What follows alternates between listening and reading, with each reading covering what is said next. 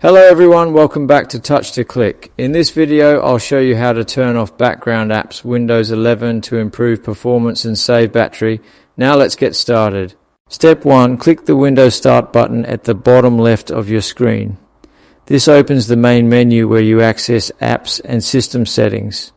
It's the starting point for making changes in Windows 11. Step 2. Click on Settings from the Start menu. Settings lets you control system features like apps, network, and personalization. You can also press Windows plus I to open it quickly.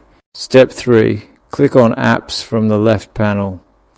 This section manages all installed applications. It helps you control how apps run on your device. Step 4. Click Installed Apps or Apps and Features. You'll see a list of all apps installed on your computer. This page allows you to manage each app individually. Step 5. Find the app you want, then click the three dots next to it. The three dots open more options. This is where you adjust app settings. Step 6. Click Advanced Options. This section gives you more control over the app's behavior. You can manage permissions and background activity here. Step 7. Scroll to Background App Permissions and click the drop-down menu. This setting controls whether the app runs in the background. Changing it can reduce system usage. Step 8. Select Never from the list.